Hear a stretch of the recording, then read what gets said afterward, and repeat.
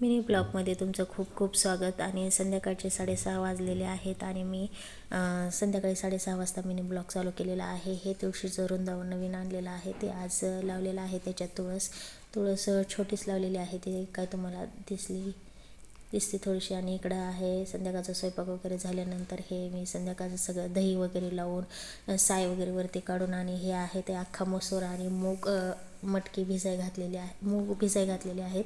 आणि अशा प्रकारे संध्याकाळचा स्वयंपाक झाल्यानंतर हे सगळे जेवणाचे भांडे वगैरे पडलेले आहेत.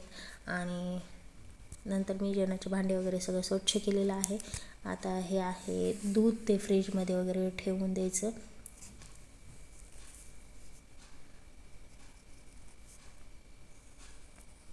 सगळं क्लीन झाल्यानंतर सकाळी सगळे टेन्शन येत नाही, पटकन स्वयंपाक वगैरे करता येतो.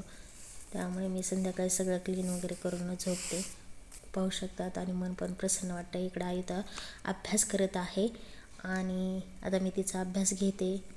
बाय.